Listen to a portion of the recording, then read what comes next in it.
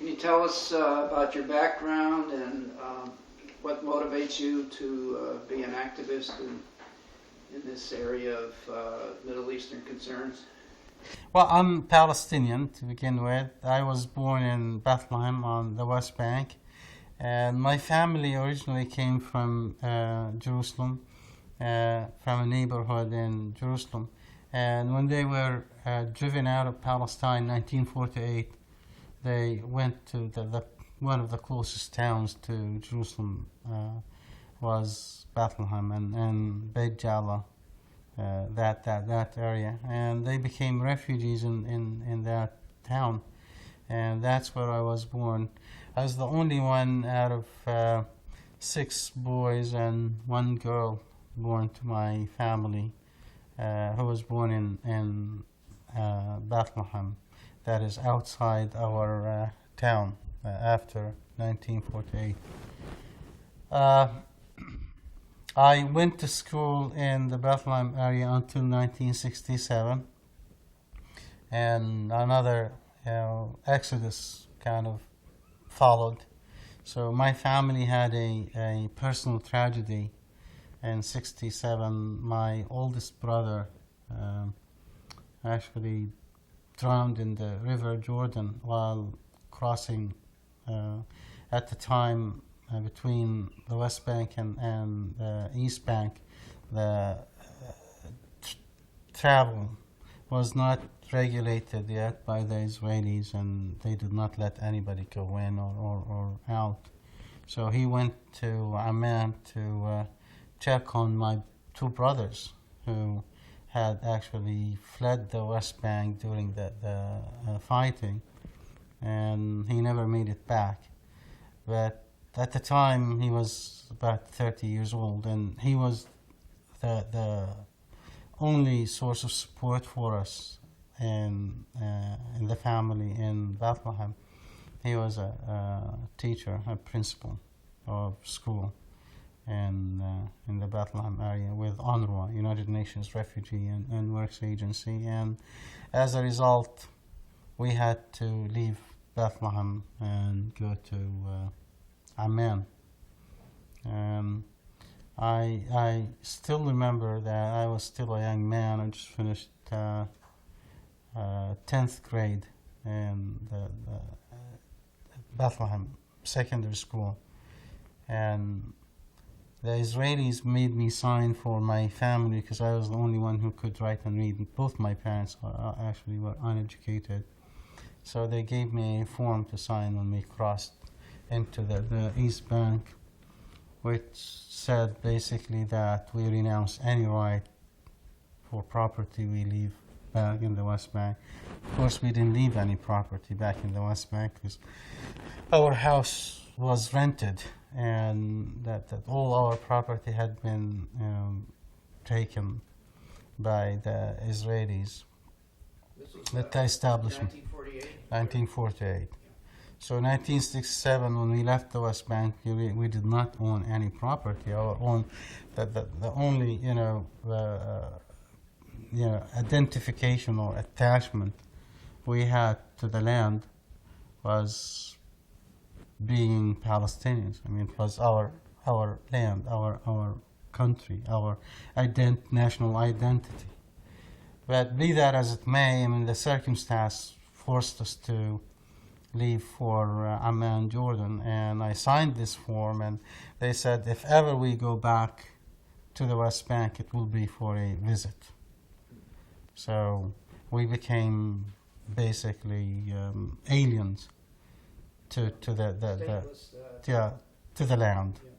I mean, not only were we stripped of being able to live there because of these special circumstances, but they stipulated that if we ever go back, we have no right to claim the place as ours, although we were born there and we could trace our family back generations, hundreds of years. In order to go into Jordan, you had to sign this. That's right.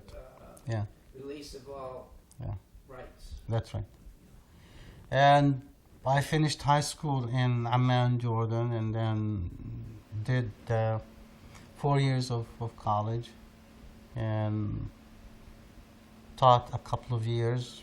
Came to the States on a Rotary International Fellowship and did a master's degree in English literature, and then went back to Jordan briefly and came back again for graduate school and did another master's in linguistics and a PhD in linguistics. I got my PhD in 1985 at Georgetown University in Washington, D.C., and I had been offered a job at Stanford to come and teach the year before. So I agonized over the decision because I really wanted to go back if I could and spend some time with my mother, who was still alive at the time. My father had passed away while I was in the States, and that seemed to affect me in a very kind of deep way. So I didn't want the same thing to happen to my mother while I was out here. But it just happened that the decision was that it would be better for my career and my future to come to Stanford, which I did in 1985, and here I am. I've been here since then. As far as what motivates me to be active, the way I usually think about it is what's the alternative? I mean, for me, it really is I have no option. There is no other alternative to just sit there and do nothing and say nothing, knowing what I know about the situation on the ground, knowing the people, knowing the language, knowing the culture, having experienced firsthand the pain and suffering that has gone on for a long time, and the Palestinians have been on the receiving end of it. Most of this period. To me, it's no option not to go out and tell people about what's happening.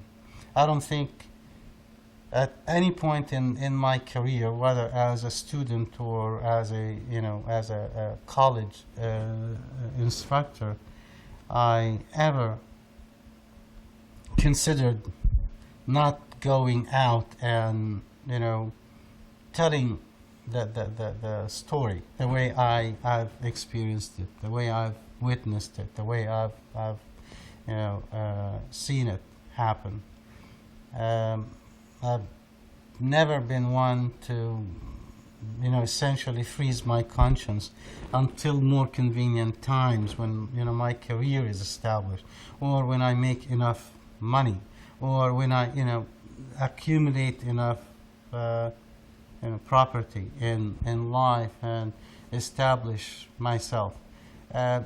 Those factors have never come into the balance as far as I'm concerned. I've always felt that my conscience is not there for sale. It's not there to be mortgaged. It's not there to be kind of leased and rented until better times, until more convenient times from a professional standpoint, because my links to my family and my culture, my people, and the land have always been very strong. So I go back, try to go back regularly.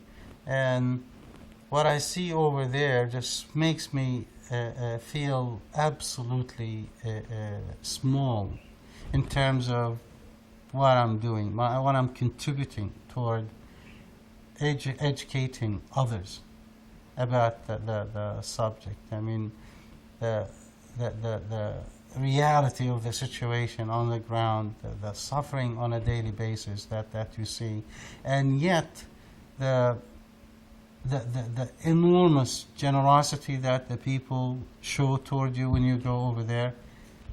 these are, I mean, motivational forces that simply cannot be matched.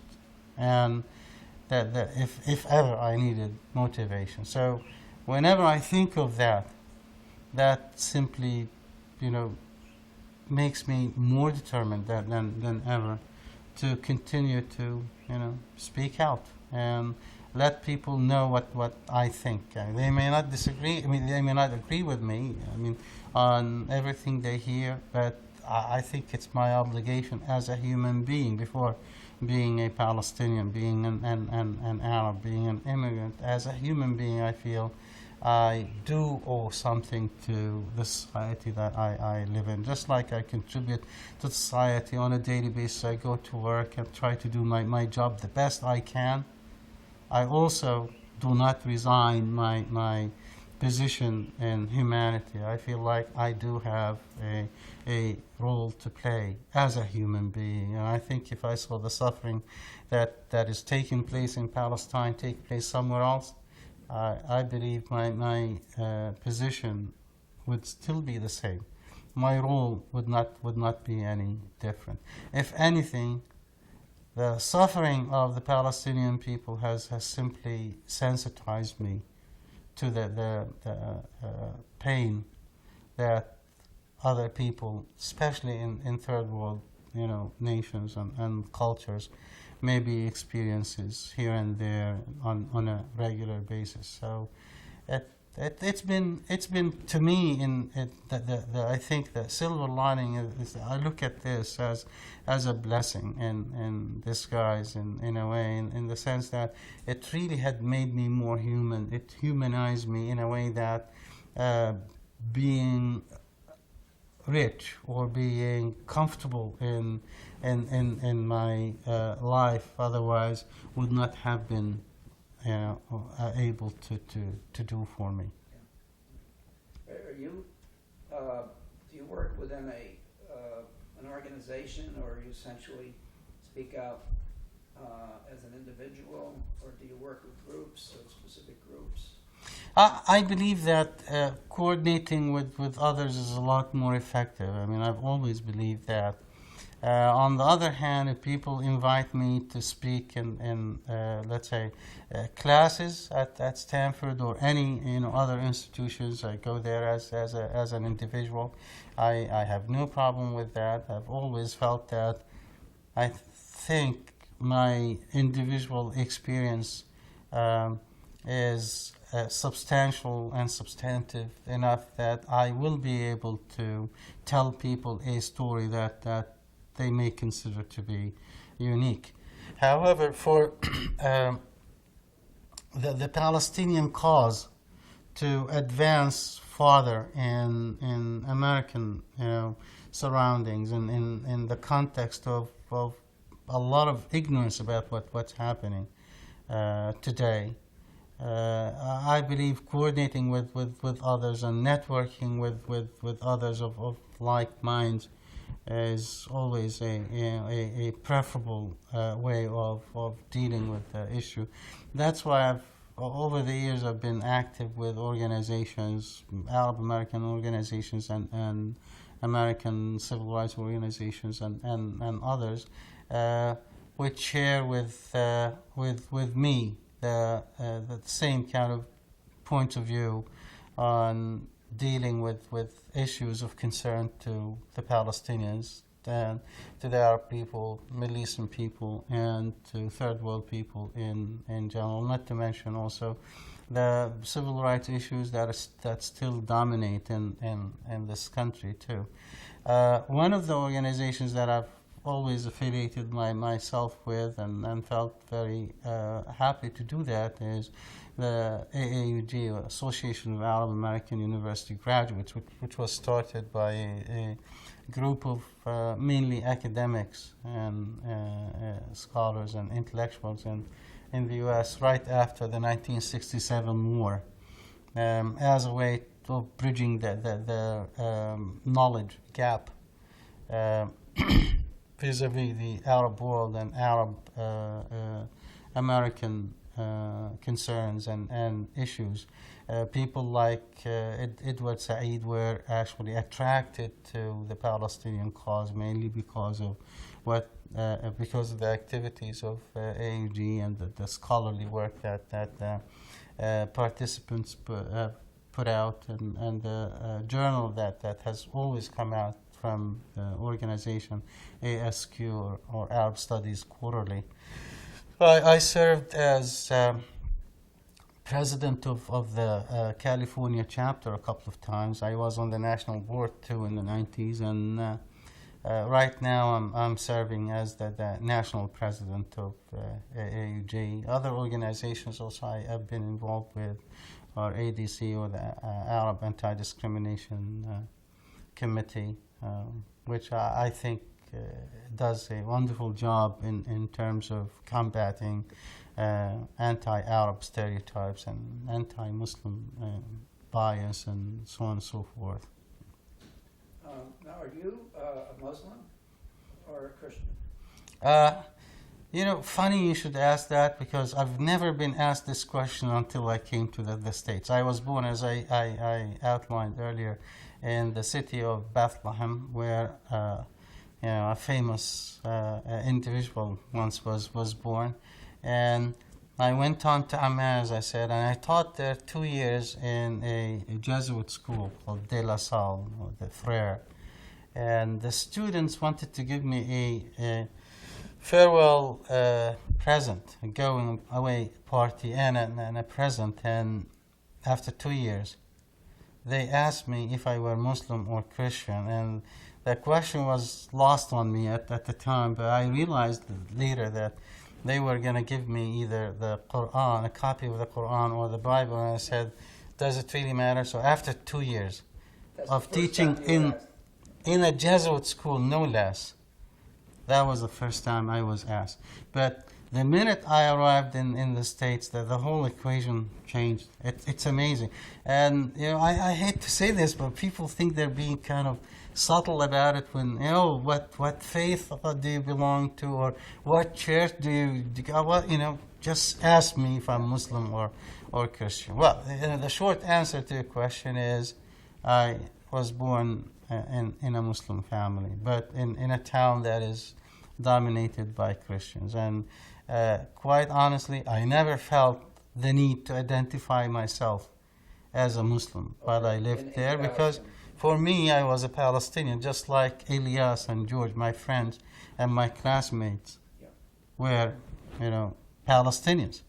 And when the question was asked of other Palestinians who happened to be Christians, such as Hanan Ashrawi, she actually blasted the questioners one time in Geneva, after the Geneva conference, when they were essentially saying, well, how do you feel, as a minority or Christian, and all that. It's like, if people actually spent a bit more time on the history of Christianity in the Arab world, and especially in Palestine, they would realize that the Christians there are really the original Christians, because they did not come with the Crusades. They were there, and they did not come with the traders in the 18th and 19th century. These are the real Christians. And if there was any oppression of Christians as a very small minority by the Muslims, they would have been completely wiped out. That's why people like Hanan Ashrawi feel just as Palestinian and as nationalistic about her Palestinian identity and roots as any one of us, as she should. And that's why the question just never arises. When the Jews came to Palestine, before there was an Israel, they did not actually pick and choose between Christians and Palestinians, which town to take over and which house to take over, right? And equal discrimination. Equal opportunity discriminator and occupier and invader, just like all other invaders. So Christians in Bethlehem or Beit Jala or Beit Sahur or Ramallah, all over the place, feel just as oppressed by the Israeli occupation. And by the support that we give to the occupation in this country as any other Palestinian. I'm thinking of an article I read by one of these right-wing pundits that you read in the papers now and then. I forget which one, but he's stationed in, he's writing from Jerusalem, and his story was about how Palestinians are being so harsh to their Christian brothers, or their Christian, it's like, boy, they're really messing around with those Christians, And Yeah. You could just see that he's writing to an audience of largely Christians and trying to show that, the mainstream Palestinians are really against Christians, and that's the story that they're trying to propagate in the U.S., that there's a big difference and the Christians are being discriminated by the Muslim majority. Which completely overlooks the overall picture of how a whole people is being oppressed and occupied and invaded and traumatized and brutalized on a daily basis, and completely ignores who the occupier is, and instead concentrates on the occupied and maybe the little strife that happens here or there among Palestinian communities. Like, there is really no strife going on in America along ethnic and religious and even socio-economic lines, or political lines for that matter, as if there was no similar strife taking place in Israel proper, between Ashkenazi Jews and Sephardim Jews, and then you have the Ethiopian Jews who are third-class citizens, and then you get to the Palestinian Arabs who don't even make it to four. Yeah, at the bottom. Why does he go and talk about that? And why doesn't someone like that invest some of their energy talking about an occupation of a whole nation, a whole people, that has gone on for far too long, longer than any occupation in modern history, since 1967, 37 years. And you have hundreds of UN General Assembly resolutions sitting, on the shelf, waiting to be implemented, and not to mention more than 70, Security Council resolutions waiting to be implemented. And then Americans wonder why the Muslim world is skeptical toward us. Why Arabs hate us? Well, the Arabs don't hate you. Look at us. We're living here, and we love it here. We love the American ideas. We love the American way of life. What the Arabs hate is our politics. So we need to look a little more closely at what our hands are doing, rather than what these people are, doing in saying that they don't like the way we act toward them. And then finally, if the U.S. is really that interested in democracy and in equality and all that, why don't they start by ending the Israeli occupation, which has gone on now forever? If the Americans showed half as much resolve in solving the Israeli occupation of Palestinian territories as they did in solving the problem of the Iraqi occupation of Kuwait, which lasted all of 3-4 months, and they hammered through the UN Security Council 12 different resolutions, and they couldn't even wait for the resolutions to take effect, especially the sanctions resolution. They had to go to war. And when James Baker was asked at the time, why don't you let the sanctions take effect, why don't you negotiate, he said, you do not negotiate occupation, you terminate it. And then the Arabs and the Arabs, all 300 million of them, plus more than 1 billion Muslims around the world, not to mention the whole third world for that matter, look at this and see. They see what ought to be seen, and that is hypocrisy at its best, double standard that is unprecedented, and moral bankruptcy in our policy. And then they wonder why they don't like our policy. And they think that by just going on the rhetoric of, well, we want to spread democracy and the equality, I don't know what, in the Arab world, the Arabs ought to be actually enchanted and drop everything and just rush toward us and basically kneel at at our presence there. It's so naive that it's not. It doesn't. You can't even begin to describe how frustrated people are. And the funny thing is, you have people who buy this stuff. I mean, what was the Bush administration's response, other than the military response, of course, to 9/11? To improve the American image in the Muslim world, we had to hire somebody out of Hollywood, and they come up with a video which interviews people like me and Muslim Americans and all that, who will tell them how wonderful life in the U.S. is. All right. Well, I mean, if this video was made to attract immigrants to the U.S., I'd say, more power to you. That's fine. It's very appropriate. But you're trying to improve your image in the Arab and Muslim world, and you're not addressing the main issues. The main issues are our policies toward these people over there on the ground. They have nothing to do with how you treat me as a Muslim American or Arab American, African American for that matter. They have everything to do with how we're dealing with these people, how we are actually supporting despotic regimes against the will of the people. And we've done that for decades. And all the cries of the people there to no avail.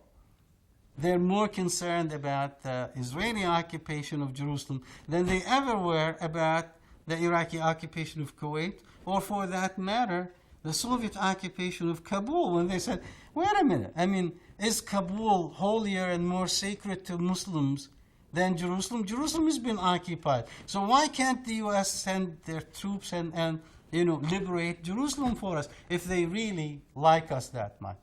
So it's these issues that are absolutely confounded in the minds of the people here, that you can't get anything beyond the typical stereotype of good and bad, and pro-Western and anti-Western, and good and evil. It's mind-boggling, the level of ignorance that is being spread, throughout the mainstream media on a daily basis. And I do blame the media, because the role of the media is to keep a watch on what the government does. Government ought not to be trusted, although our government is of, from, and for the people. No government ought to be trusted, and the Founding Fathers are the first to tell you that. That's why they put in the checks and balances. So the media are supposed to be there to be our fourth pillar and keep watch on the government. And what do we have now? You watch the talking heads on Fox and MSNBC, and what do you see but former government officials who left early because of their contacts with corporations, and now they're serving the very corporations which oil the government, and vice versa. So it's a revolving door policy where you have a very small percentage of our population, and minuscule for that percentage, which controls the decision-making, shapes it, and then sells it to the average American as if it were in their best interest. And then you have to come back to people who are afflicted by knowing that this is what's happening, and ask them, what do you think? And all you get is sound bites of 1 minute here and 1 minute there, and they always make sure to get the counterbalance from the people who, of course, made the policy, to tell you how absurd these so-called experts are, because these people were born there. Their sin is they know the language, they know the culture, they know the people, so they cannot be trusted.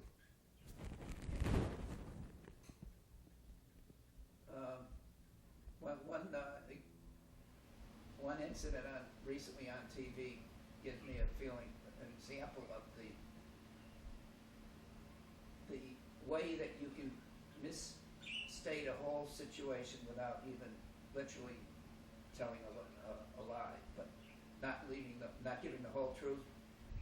The announcer was explaining the meaning of al-Nakba. Of Al-Nakba, or the Al-Nakba? And so since that word is starting to, be heard, that was their job to explain what that means. And the explanation was that was the Arab or the Palestinian term for the birth of Israel. Period. Not the birth of Israel and the expulsion and the disaster part. The disaster wasn't itself the creation of a country next to them. It was like the sweep, the ethnic cleansing and the theft of all the property and land and the expulsions. That's the thing that was the real catastrophe. That didn't get into the definition at all. And so just to say, it makes it sound like Arabs just can't stand the idea of a Jewish entity next to them. It's like, it makes it sound very bigoted and very hostile, rather than a reaction to a terrible disaster. They didn't even translate the word into English as the disaster. They didn't make that translation to English of the meaning of the word. Yeah, what's missing in this whole discourse is the fact that one man's disaster is another man's relief. One man's independence is another man's, catastrophe. Yeah. Which is the case in history. I mean, you can point to so many different situations. I mean, our independence in this country, I don't think can be shared by the Native Americans. I mean, they don't feel about it the same way I feel. Incidentally, I was born on the 4th of July, and when I first came to this country, I had no idea when they started, with the fireworks and all that. It's like, please don't bother yourselves, and a little cake will do, right? Yeah. But the Native Americans could not care less whether you're celebrating that or not. In fact, for them, they would rather be kind of grieving on that particular day. Same analogy applies to a lot of other situations around the world. But you take the Palestinian case, here, and what you see is that creeping into the consciousness of the people in the West is one thing and one thing only, and that is the independence of the State of Israel. And nothing is actually ever mentioned. Well, I shouldn't say ever. These days, the parameters for the debate have been loosening a little bit, and more people are becoming aware of Palestinian suffering, and especially with Sharon in power, and the coalitions of objectives and strategies between Bush and Sharon.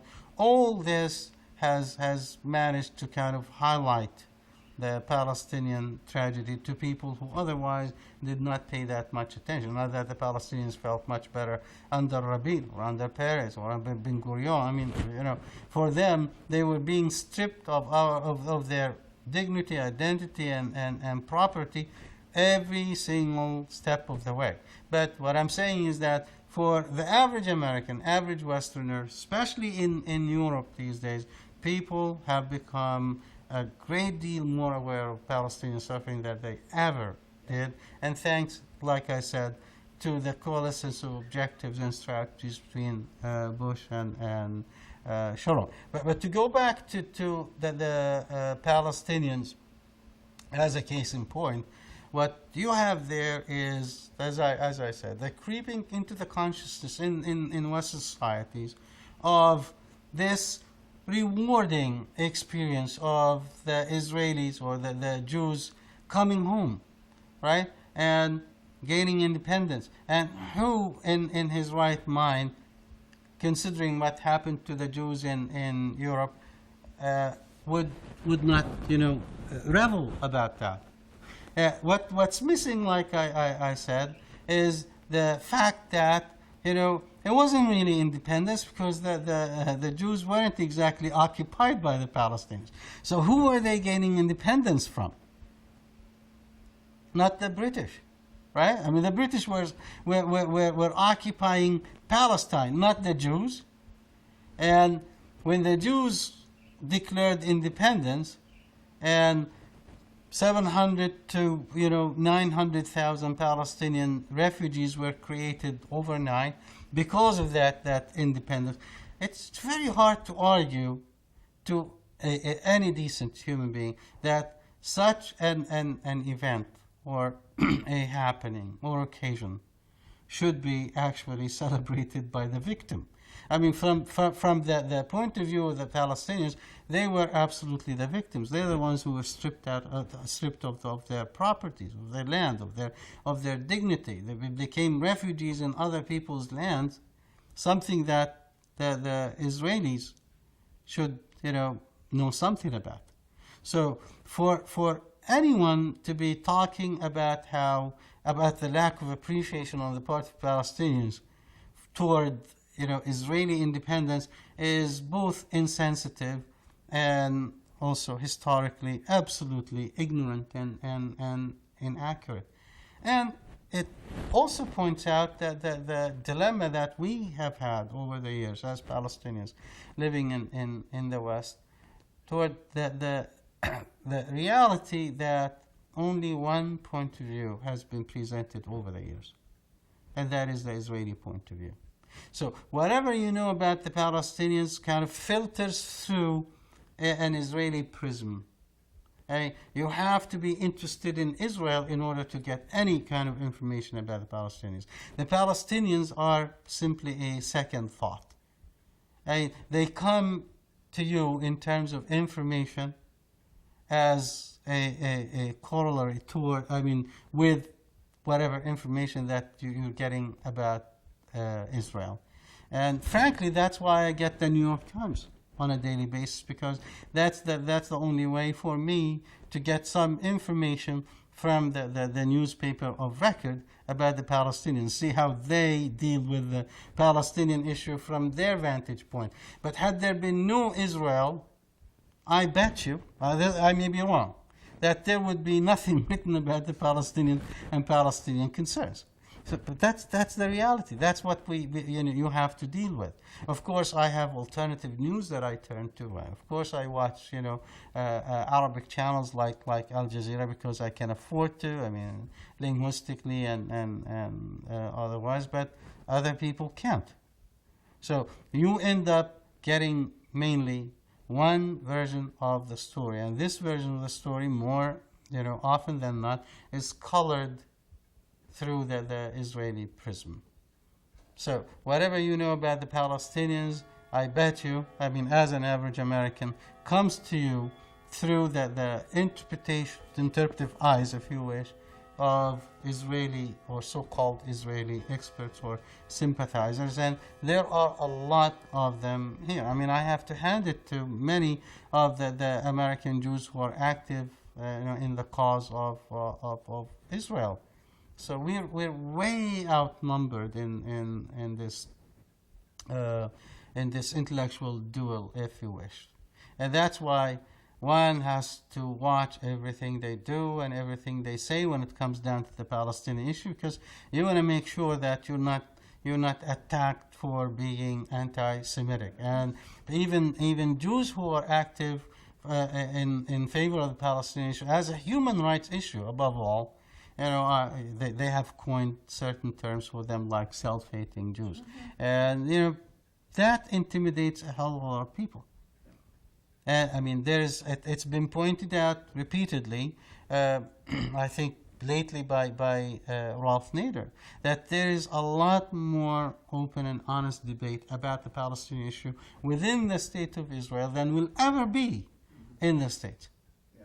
And here you have watchdogs and truth squads and all these coinages that you would never think of back in Israel. I mean, if they did exist, you'd always have other people on the other side of the intellectual spectrum who are going to take them on.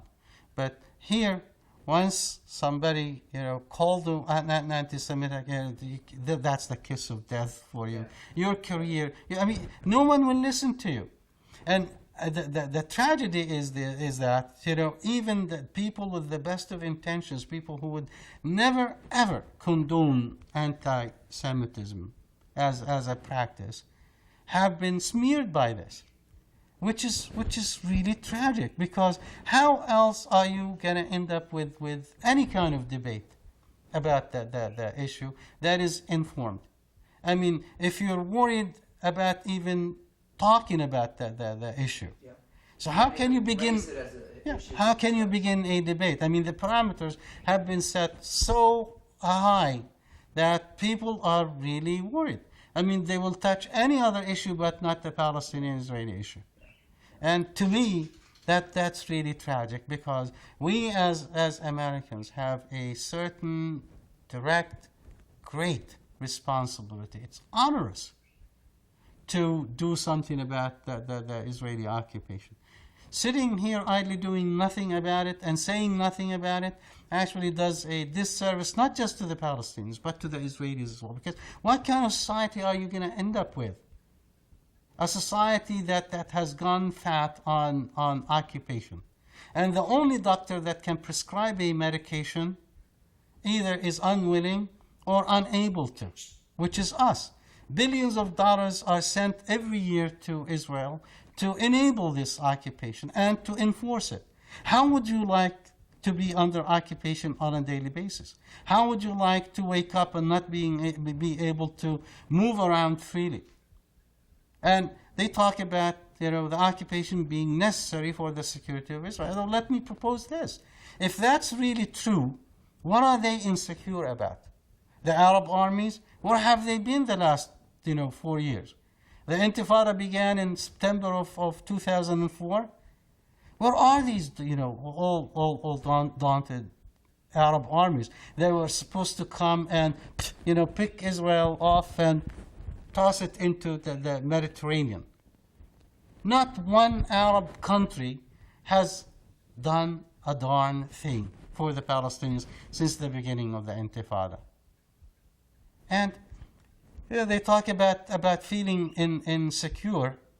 That to me, I mean, I don't minimize the feeling of insecurity on the part of people who have been traumatized, which in fact puts me in a very awkward position as a Palestinian, being both the victim and the psychiatrist. But I do understand where people may feel insecure because of a very traumatic history that they went through. I'm not entirely insensitive to that. But here's a country, Israel, that possesses nuclear weapons. It's the only country in the Middle East that has them. A country with one of the largest, most powerful, best equipped armies in the universe. And they are more powerful than all the Arab countries' armies combined. And they're afraid of whom? A civilian population, the Palestinians. There's something not right there. Something is not clicking. And then, another point that needs to be brought up here about security is, if they're so insecure, then how come Israel is the only country that has always been against sending any kind of peacekeeping troops to the occupied territories? They've always, egged the United States to veto any resolution of sending troops there, even if they're unarmed. Well, if you're so insecure and you're really worried about the Palestinians, attacking you, the civilian population, then send in the UN troops or any kind of multinational force to separate you and the Palestinians. They have consistently and constantly refused to do that and asked the United States to veto that. That needs to be brought up because, mentioning the word security always conjures up the Israeli kind of vision and image of and portrayal of things. And that's not fair because there are two peoples here. Where's the security of the people under occupation? What kind of lives are these people leading? What kind of lives have they led under occupation the last 37 years? And finally, if Israel is so insecure, how can you explain the fact that Israel, which was based and created on the premise, if not the promise, of offering safe haven to every single Jew, potentially, in the world, is the most dangerous place for Jews to live in these days? So there's something wrong there. And it's not because the Palestinians were born belligerent. It's not because the Palestinians are evil. I can assure you that my people are not. I speak with authority and I'm willing to debate anyone who tries to prove me, wrong. It is the behavior of any people who are put under occupation and under occupation for the foreseeable future. And Israel always talks about, we need a peaceful, negotiation, peace process, as they call it. And all the Palestinians have seen is their land being dismantled piece by piece. So the peace process is a lot of process, but no peace as far as the Palestinians are concerned. Their land is being stolen from under their feet on a daily basis. And their lives are being devastated. They're being brutalized. And then comes the finale, which is the wall, which the Israelis again claim is for security, which human rights organizations, including the Israeli human rights organization, B'Tselem, calls it a wall of separation or apartheid. You want the wall. The Palestinians are not arguing against the wall. The Palestinians are arguing against the placement of the wall on their own land. So you want to build a wall between Mexico and the States. You don't build it in Tijuana. You build it on the border. And that the Israelis haven't done. And the reason is, again, in brief, this whole struggle between Israel and the Palestinians, since the beginning of the waves of immigration by European Jews, 1880s, has been about land. The Israelis have always wanted the land without the Palestinian population. And thus, the ethnic cleansing of 48, the ethnic cleansing of 67, and the ethnic cleansing that they're trying to effect now with the wall. The brutalization of Palestinian life on a daily basis. Trying to make them desperate and make them leave. And the Palestinians realize that, and unless and until people realize that this issue is really, it's not about religion, it's not about ethnicity even for that matter, because if it happened to be people from Britain who came and took the Palestinians' land, Palestinians will still be struggling against these people. They may happen to be Christian, they may be atheists. It doesn't really matter. It makes no difference whatsoever. And visionaries like Einstein realized that because he was offered the presidency of Israel, first president. He turned it down, and he had some really pearls of wisdom to say about that. People like Mahatma Gandhi realized that. People like Mandela these days realize that. Bishop Tutu realized that. I mean, a lot of people that we hold in great esteem realize that this is a national struggle for liberation. No more, no less. And trying to turn the Palestinians into monster and evil and all these stereotypes is not going to change the parameters of debate one little bit, because it will always be about occupation and about settler colonialism.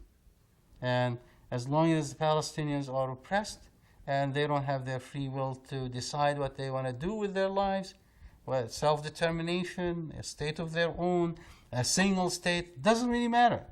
As long as the issue is not resolved, there will never be peace in the Middle East. And many people in this country are thoughtful enough, even generals in the Pentagon would tell you that. And much of the hatred and resentment for our policies in the Middle East stem from the Palestinian issue. And politicians who finally leave Congress and leave the White House and leave the State Department will tell you that in a flash. Unfortunately, our system of government is broken, but that's for another issue. And as long as it's broken, there will be no justice in Palestine, Israel. Can you perhaps speak something on the latest trip that you recently returned from? Yeah, I went there. I came back only recently, a couple of weeks ago, and the last time I went before was 1999, and I was really struck by the extent of encroachment by the Israeli settlements. I mean, it's absolutely indescribable. We really have to be there on the ground to see what it has done to Palestinian life. And what the settlements do is not just take away Palestinian land, but they are also in the process isolating Palestinian communities from each other. Yeah. And what you have is the Swiss cheese, effect. So the connection between the different Palestinian communities, villages, and towns, and is not there anymore. And what you have connecting the Israeli settlements is bypass roads. That's what they call them, apartheid roads, Palestinians call them, and that is for Jews only roads. They're major highways that cut through the villages and towns, and regardless of where the Palestinian communities happen to be, land is confiscated, the whole highway is built on it, and it's cordoned off to Palestinians. On the other hand, Palestinians are relegated to taking long, windy, sometimes extremely kind of dangerous, twisty roads to connect from, let's say, Bethlehem to Ramallah. And even that, in the road between Bethlehem and Ramallah, if you go through Jerusalem, shouldn't take more than maybe 15-20 minutes. However, the Palestinians, are not permitted to do that, so they're relegated to the long, windy, dangerous road in the mountains, which takes them, if things go all right, about an hour and a half. And if there are checkpoints, then you're talking about hours. And sometimes, because I took that road to see how it feels for the Palestinians. The driver of our car told me that the other day the Israelis had a military Humvee sit, sideways in the middle of the road, in between. So I asked, so what do you do? He said, well, the cars just stretch. The Palestinian cars stretch for God knows how long, waiting for this to change, because they won't let anybody go through. Is it an emergency? Something happened? Incident? It's nothing. sitting there, eating and drinking and having fun, while the Palestinian cars just sit there, and it turned into dusk, and finally people were getting out of cars and going into the mountains to walk around just to connect to the other side where there is a village in order to pick up a car. And this is just one small example, and it's by no means the worst at all, because I went to Qalqilia, and Qalqilia is surrounded by the wall from all three sides. And there's only one side that's left, but of course with a checkpoint. And farmers have been completely cut off from their farms. And the wall has an extension sometimes with an electric fence. And the fence is surrounded on either side by ditches. And the ditches have barbed wire. And you have a gate, electric gate that opens 3 times a day. It used to open actually once a day, but because of international pressure, they changed it to 3 times: 6 a.m., 12 noon, and 6 p.m. So, 1 hour. 1 hour. So, people have to cross in at 6 a.m., get their vegetables and fruit and all the supplies, and go and wait at this gate at noon in order to get back to the other side. Farmers have to do the same on a daily basis. Sometimes the gates open and sometimes they don't. So what is this whole thing about? Again, as I said earlier, it's all about land. There's no mistaking who's master and who is in the position of slave, servant. There's no mistaking who has the levers of power. And the Israelis want to make it clear to the Palestinians, as one chief of staff put it, that they are a defeated nation. That's it. And that's why you have over 700 checkpoints, not along the borders, but inside the West Bank. So if Israel had these checkpoints because of security concerns, then fine, have them on the border.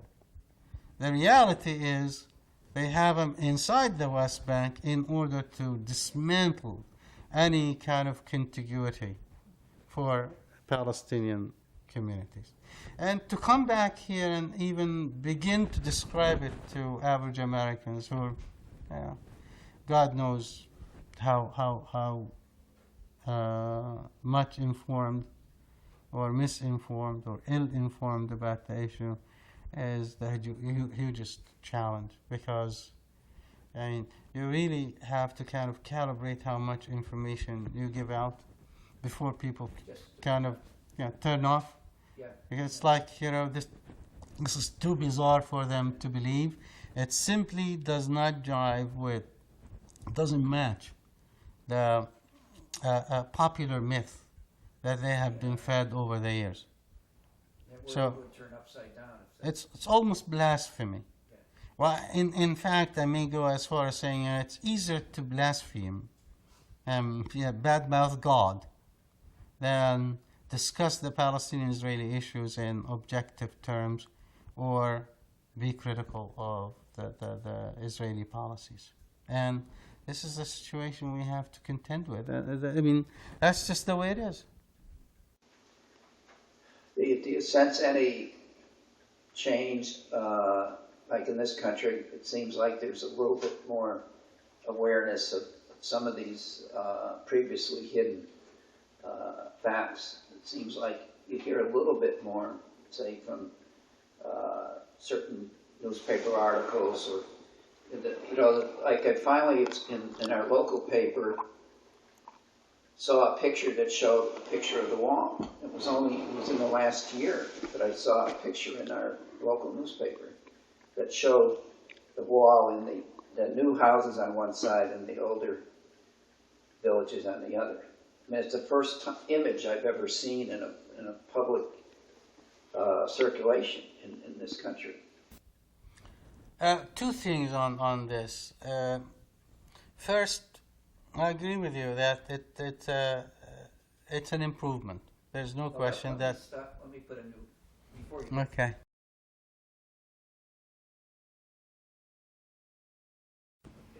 You're No, gonna ask it I think, again. how did, I'm kind of forgetting, this was, how have possibly there been any changes in the coverage in the American media? Have you noticed any easing of the blackout on actual truthful news? Yeah. Well, you mentioned something about the mainstream paper publishing the picture of the wall, and that indeed does happen more often these days than it used to. However, what does not happen, and you have more volume probably coverage. However, what it's lacking is context. So they never put it in any kind of context. So for someone like you who knows the background and who knows the history probably of the conflict, to see the picture of the wall is quite, exciting. It's an improvement. It's a very positive development, because this would not have been published years ago, right? Or anything about, concerning the Palestinians. However, for people who don't know what you know, the picture is really completely irrelevant. It doesn't mean anything to them. Well, one thing, Pat was shocked at how big it was.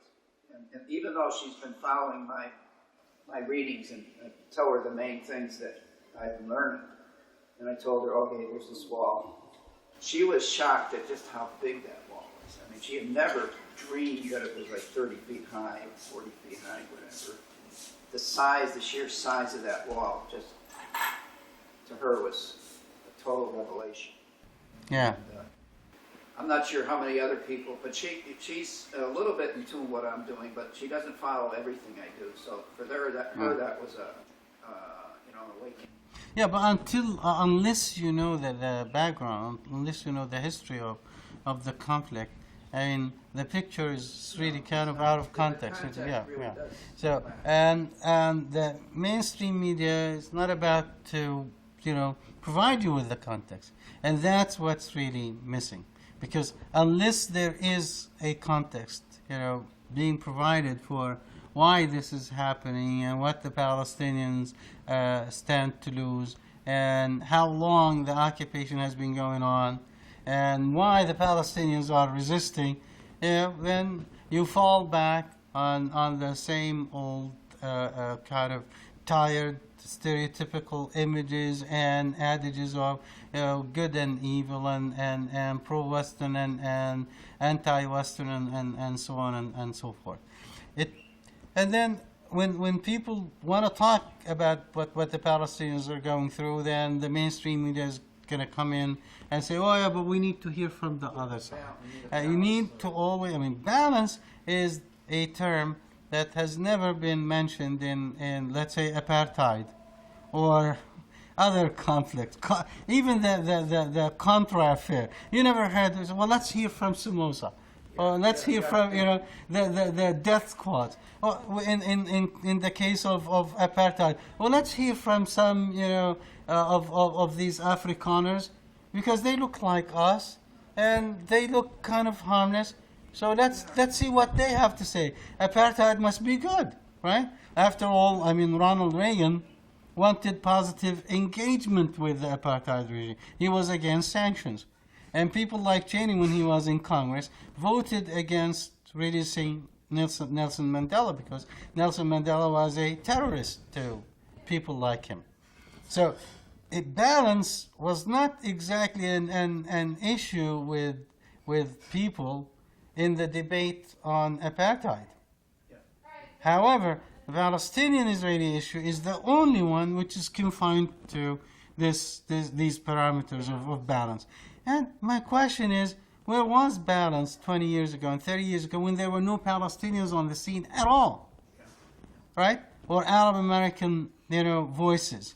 It didn't bother them to have one Israeli debating another Israeli, one Israeli debating a pro-Israel, voice living in the United States. It's only when Palestinians started becoming kind of present on the scene, and you had voices like Edward Said being heard in the United States, that balance was invoked, which means, of course, that you have to always share the stage. You always have to divide the attention. It's not enough for people to hear about the Palestinian plight, because it needs to be invalidated somehow by the other side. So yes, they went through this, but there must be a reason. These guys must be bad boys. That's why this is happening to them, right? They're under occupation. Oh, because Israel feels insecure.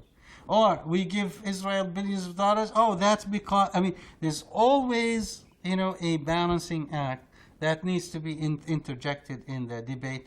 A factor that was completely missing in all other issues. And that's an added element of complexity that we have to deal with. On top of the huge issue of the fact that we are the victims of the victims.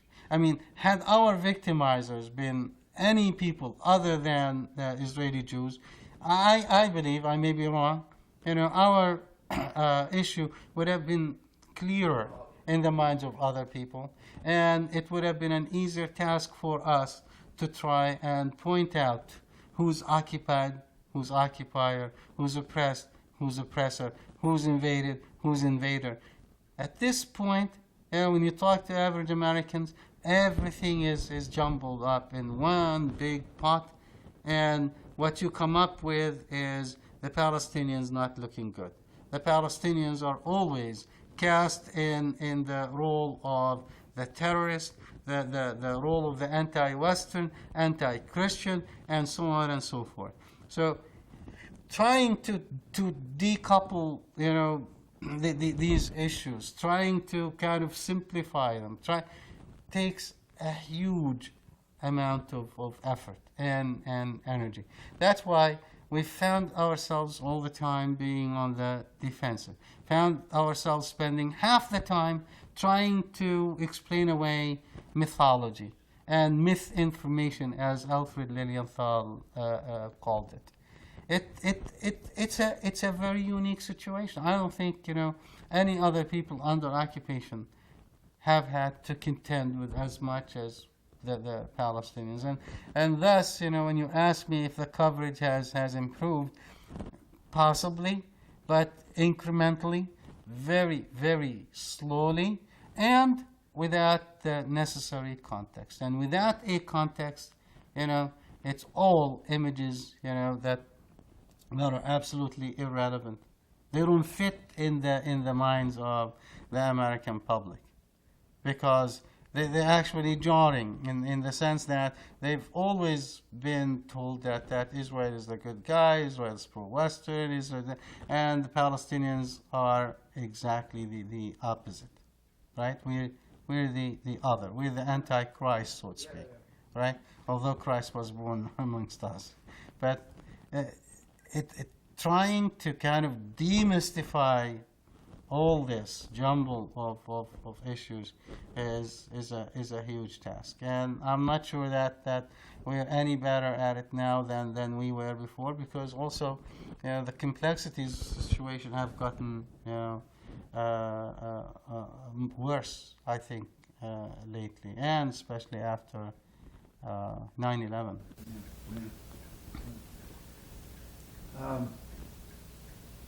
In the times when you give talks or lectures about the Palestinian condition, how much reaction and counter-protesting have you encountered?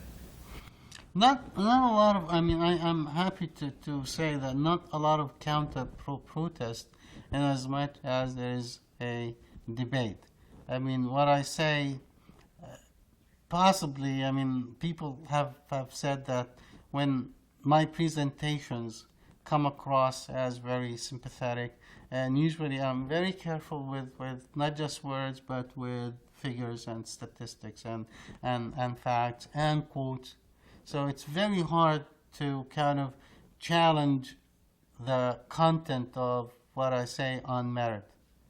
So you end up having ad hominem, if you wish, kind of attacks on the Palestinians, not on what I say.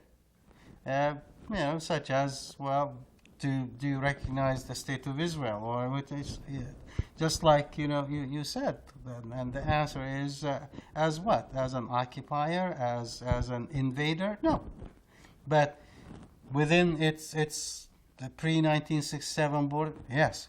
So instead of being on the defensive, I really don't feel defensive about anything. I don't have to be defensive about anything. I mean, my cause is a human rights cause.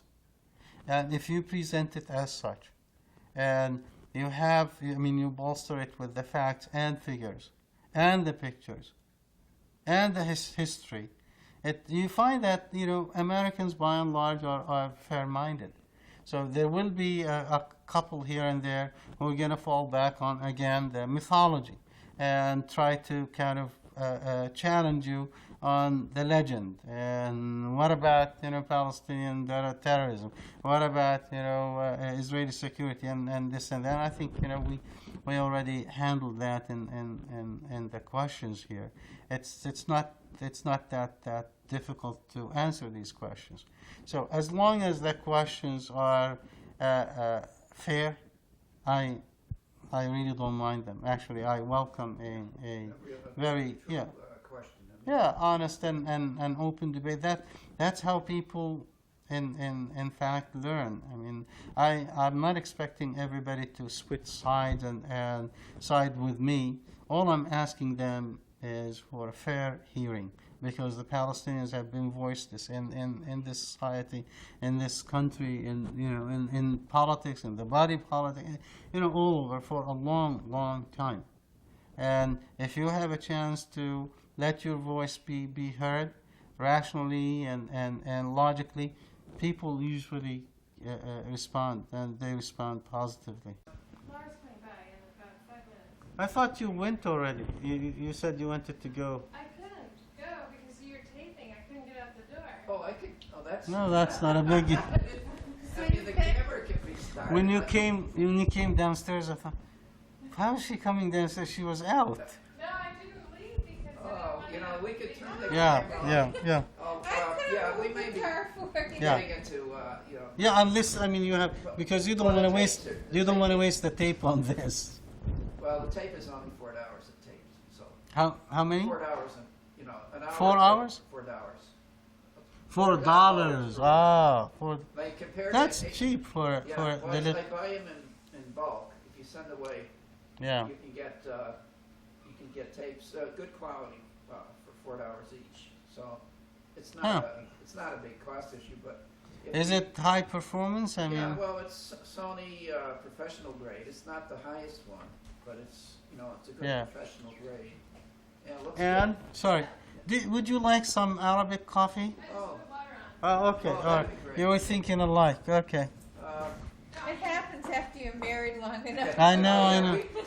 We have telepathy. Yeah, she was saying that we kind of Finish each other's finished it. sentences. She said, "Do you think we're becoming so much alike?" I said, "Yeah, I think we've been together too long. Time for a change." I think we're on year 33, I think. Oh, really? We just celebrated 26. Yeah. I think 33. Is that it, right? Oh, 71. 71. So that's 33. Yeah. 33. Wow. But we're in the 70s too. 78. Well, I think when people cross that